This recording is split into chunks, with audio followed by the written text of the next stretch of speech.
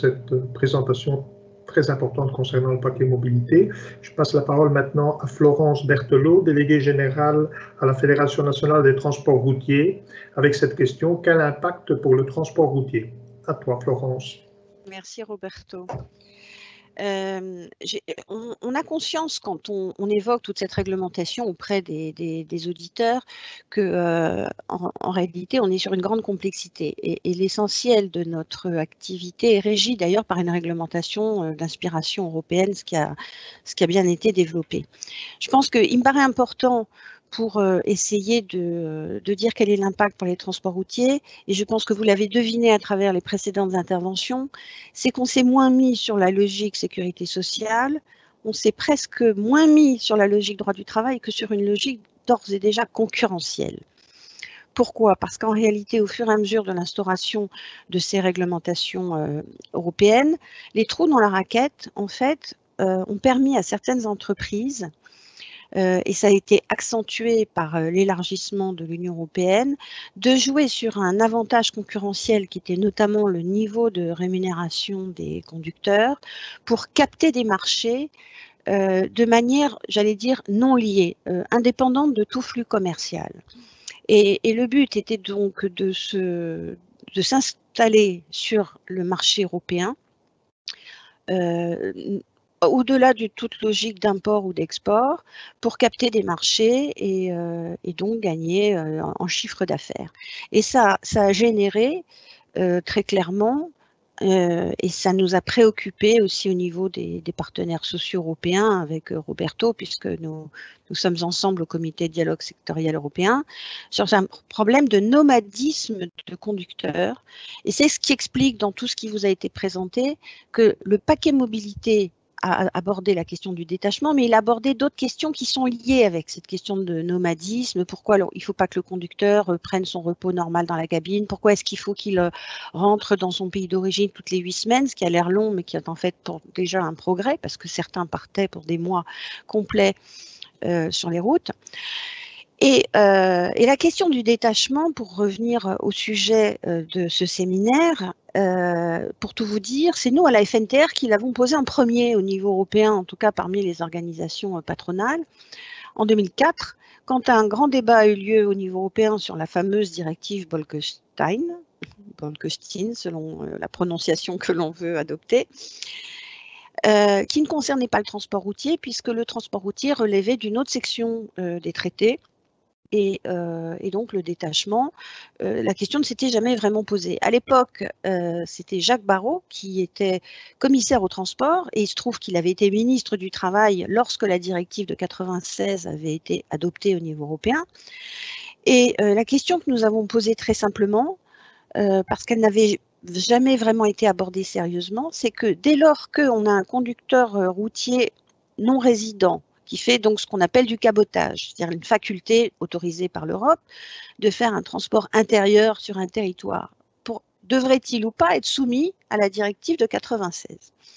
L'anecdote veut que, semble-t-il, notre question a beaucoup perturbé la Commission européenne, qui a mis 6 mois à nous répondre et qui nous a répondu, bah oui, au final, on devrait appliquer le détachement. Et quand on dit le détachement, soyons clairs entre nous, ça n'est pas vraiment la directive de 96, c'est une partie de la directive de 96. C'est-à-dire, c'est le niveau de rémunération du conducteur sur la logique de, finalement, à territoire égal, travail égal, il devrait être rémunéré de la même façon que quelqu'un qui fait un transport intérieur dans son propre pays. Et ça a été l'objet d'un débat acharné à l'époque, d'autant que l'élargissement de l'Union européenne à des pays à des niveaux de rémunération très inférieurs venait de se produire, qui aboutit à un premier paquet routier, qui en fait a un peu éludé cette question du détachement en le mettant en référence dans une introduction de règlement, mais sans vraiment dire comment il devait s'appliquer. Et ce qui s'est passé, et l'Europe a été obligée de réagir, et c'est sans doute ce qui a amené à la genèse du paquet mobilité, c'est que certains États membres, finalement, se sont affranchis de ce que l'Europe pouvait dire ou ne pas dire, et ont commencé à appliquer la logique donc de la nécessité de rémunérer un conducteur, même étranger, dès lors qu'il faisait une activité de transport routier sur son territoire, au même niveau que ceux qui habitaient et travaillaient sur ce territoire. C'est les Allemands qui ont commencé avec donc leur salaire minimum. Ça a été suivi très rapidement par la France, et puis ça a été comme un feu de paille répandu en Europe, en Italie, en Belgique, etc. Les Belges étant d'ailleurs un tout petit peu plus en avance que nous sur le sujet.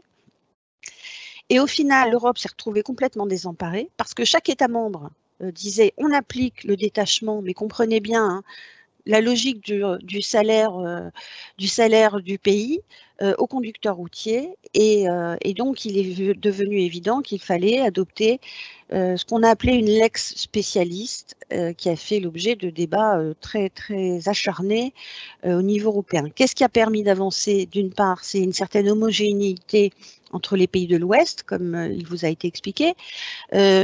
Il y a une homogénéité aussi entre les partenaires sociaux, il faut savoir se le dire, et ça c'était extrêmement important. Et du côté français, il y a eu un travail, moi je le qualifie d'exemplaire, parce que quand ça arrive c'est bien, entre la profession, l'administration de tutelle et le ministère des Transports. Et c'est ce qui a permis de peser de tout notre poids pour arriver aux dispositions qui vous ont été expliquées. Donc maintenant, il est clair qu'à partir de 2022, nous devrions avoir des règles à peu près homogènes concernant ce fameux détachement. Donc on pourra y revenir à un autre moment, peut-être dans les questions, mais qui n'abordent pas les questions de sécurité sociale. En réalité, on le voit à travers la jurisprudence européenne, dès qu'il s'agit de parler de charge sécurité sociale, on regarde plutôt la loi applicable au contrat de travail du conducteur, ce qui est donc une autre approche. Et donc, on peut y voir une avancée considérable, même si, en réalité, dans une activité hautement mobile comme celle des transports, le détachement est une première étape qui doit nous permettre sans doute d'aller à quelque chose de plus loin, de plus intégré, puisque nous nous considérons même de manière hors traité qu'il devrait y avoir une logique de règlement transnational, malheureusement sur ces sujets qui ne sont pas du ressort de l'Union européenne, mais bien de la souveraineté de chaque État. Alors, c'est une avancée positive. Comme vous l'avez vu, ça porte déjà ses fruits et il y aura une accentuation en 2022. Nous sommes néanmoins, et c'est là que le support du détachement droit du travail n'est pas forcément le bon. Notre inquiétude porte plutôt sur comment on va pouvoir contrôler cette exemption sur le transport dit bilatéral. Car le transport bilatéral voudrait que, par exemple, un conducteur polonais fasse un transport Pologne-France et retour France-Pologne. L'exemption permet qu'il puisse quand même faire un chargement supplémentaire à l'aller et un déchargement supplémentaire au retour. Je plains les contrôleurs. Je pense que là, avec la DGITM, nous aurons un énorme travail à mener. Et globalement, nous savons que c'est sur ce point-là que nécessairement les partenaires européens devront se retrouver autour de la table à nouveau dans 5, 6, 7 ans, parce qu'on verra qu'il y a toujours des voies possibles de contournement. Alors il est vrai, ça a été dit en tout début de séminaire, quelle rémunération appliquer à quelqu'un qui va partir de Rotterdam le matin et se trouver dans le nord de la France le soir, qui aura traversé 3 ou 4 pays. Comment on fait pour être sûr qu'il va être bien rémunéré à ce niveau, parce que c'est son droit qui va primer. C'est là que les partenaires sociaux ont un rôle majeur à jouer pour que on ne soit pas dans un contrôle purement administratif avec des documents que je ne suspecterai pas forcément d'être sincères ou pas sincères. Mais il est clair que le niveau de rémunération du conducteur pendant son activité sur un territoire qui n'est pas son territoire d'origine ne pourra être contrôlé qu'a posteriori. Puisque même si on lui demande de présenter son bulletin de salaire du mois précédent, etc., ça ne nous fera pas véritablement avancer. Donc, on a réussi quand même à faire prendre conscience du problème qui existe aujourd'hui, dans une logique, comme vous l'avez vu, très concurrentielle, parce qu'en réalité, ce poste de rémunération fait toute la différence, ainsi que le problème des normes de droit du travail que j'ai abordé tout à l'heure en réponse aux questions, et qui amène qu'en fait des conducteurs routiers internationaux qui ont pour marcher l'ensemble du territoire européen continuent à être le support d'une concurrence déséquilibrée entre les entreprises. Donc, en fait, il y a beaucoup de choses choquantes là-dedans. La situation sociale des conducteurs, bien entendu. Le fait que l'Europe est clairement au milieu du gué, puisque, en fait, là, il y a une ambition politique, et je ne veux pas faire de la politique, ce n'est pas le rôle d'une fédération, mais clairement, ça suppose que pour des activités hautement mobiles, il faut trouver d'autres instrumentums juridiques, d'autres moyens d'appréhender les situations. Et puis, je le dirais, Roberto sait exactement de quoi je parle, la Commission européenne a aussi pas mal varié dans son approche de la régulation.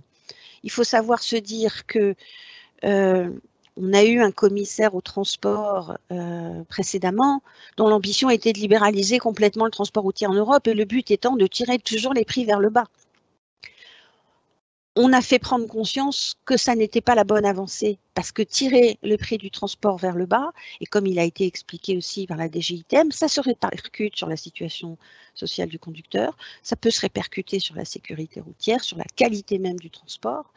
Et donc, il est clair que la Commission a un peu erré entre deux attitudes et il semble que là, elle ait bien entendu les partenaires sociaux. Et moi, je voudrais, pour ne pas être trop longue, parce que c'est très riche, terminer sur justement le rôle du comité de dialogue social sectoriel européen, qui a encore un rôle majeur à jouer pour regarder la contrôlabilité des textes qui ont été abordés, continuer à formuler des propositions, tout comme, je dirais, chaque organisation syndicale et professionnelle jouera son rôle pour travailler avec l'administration pour attirer l'attention sur bien, ce qu'il est possible de faire, ce qu'il n'est pas possible de faire. On sait qu'il y a un très grand volontarisme, et vous l'avez entendu, de la part des deux représentantes de la DGITM. Il y en a tout autant de la part d'une fédération comme la FNTR, mais aussi avec les organisations syndicales françaises qui seront très attentives à cela. Donc oui, on avance, mais clairement, il va falloir réfléchir à une autre approche européenne encore, parce que sinon, on aura encore à se retrouver pour essayer de toujours resserrer, c'est ce que j'appelle trou dans la raquette, parce qu'il y aura toujours des entreprises qui tenteront de jouer de leur avantage concurrentiel national pour tenter de fausser la concurrence en Europe. Voilà ce que je peux dire. Merci, merci. Avant de passer aux échanges, quelques éléments concernant le dialogue social. Je pense vraiment, et avec Florence on se côtoie depuis de longues années au niveau du dialogue social européen, je pense vraiment qu'une des clés de la réussite de l'implémentation de ce paquet mobilité réside entre autres dans le dialogue social. Parce que c'est clair que le paquet mobilité, comme il a été expliqué, et les différentes mesures de ce paquet mobilité sont interdépendantes les unes des autres. La lex spécialiste est un élément central et important, mais il faut le mettre en place, le contrôler, sanctionner les dérives, et comme à la fin de l'intervention de Florence, il a bien été dit que c'est vraiment remettre la concurrence loyale au centre. La concurrence loyale amène aussi à avoir une lutte efficace contre le dumping social. Au niveau européen, ce qui a déjà été fait par les partenaires sociaux, on a fait référence à l'ancien commissaire Kallas qui voulait libéraliser totalement le transport routier, et il a fallu que les partenaires sociaux ensemble fassent une déclaration de quelques lignes pour bloquer tout ce qui avait été prévu par la Commission européenne.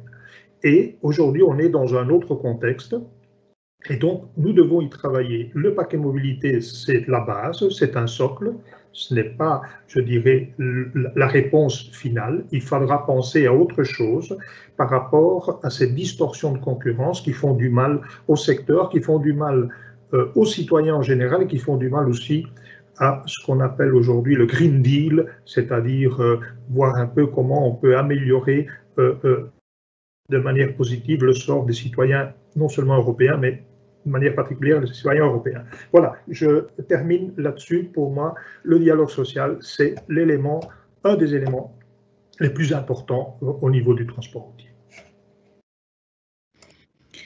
Oui, donc Roberto a insisté sur l'importance du dialogue social. On vous demande, Florence Berthelot, si ce dialogue social pourrait arriver au niveau européen à établir des règles de protection minimale communes non contestables pour les conducteurs qui réalisent du transport international. Quelle belle question et quelle belle ambition nous avons. Il faut changer le traité européen. Il m'est arrivé d'aller à la DG Emploi Affaires sociales à Bruxelles, puisque à la FNTR, nous avons un bureau permanent là-bas depuis plus de 20 ans, en leur disant la solution, c'est d'avoir une caisse centrale de cotisation pour les conducteurs internationaux. Alors, j'ai failli me faire jeter par la fenêtre, hein, parce que clairement, c'est pas du tout dans les traités. Ces aspects de sécurité sociale relèvent de la coordination et non pas et de la souveraineté des États. Alors que nous avons une conviction à la FNTR, et on en a déjà parlé aussi avec Roberto Parillo, c'est quelque part, c'est là qu'il faut penser peut-être à des outils innovants. Alors, on me dit souvent que nous sommes dans l'utopie. Certes, mais nous sommes pays fondateurs de l'Union européenne. On peut avoir de l'ambition aussi pour des secteurs hautement mobiles de raisonner de manière un peu supranationale et minimale. Et quand il a été évoqué la question, par exemple, du salaire minimum européen, le but n'est pas forcément d'arriver au même montant nominal de salaire là dans 5 ans. Mais par exemple, de se dire, quels que soient les éléments constitutifs de la rémunération, il y a un niveau minimum de charges. Et où vont ces charges? Moi, je suis toujours attentive à ce qu'on évoque sur les charges sociales. Les organisations syndicales utilisent un autre terme que j'apprécie, qui est le salaire différé. Le salaire différé, c'est bien ce qui doit permettre à un salarié qui est soit en maladie, soit en chômage, soit ensuite à la retraite, de pouvoir bénéficier d'une protection. Or, aujourd'hui, c'est là que nous disons le paquet mobilité est une première étape pour qu'il ait un même niveau de rémunération pour un travail, mais en réalité, là où il faudra aller beaucoup plus loin, c'est quel niveau de protection minimale on peut offrir de manière commune à l'ensemble des salariés du transport. Et ça a un lien, comme on l'a expliqué, aussi avec la concurrence. Donc, nous, on est tout à fait prêts à travailler là-dessus. C'est certainement complexe, mais globalement, c'est une des pistes de réflexion, mais qui supposera à un moment donné que les États membres s'emparent du sujet et modifient le traité, parce qu'aujourd'hui, le traité ne le permet pas.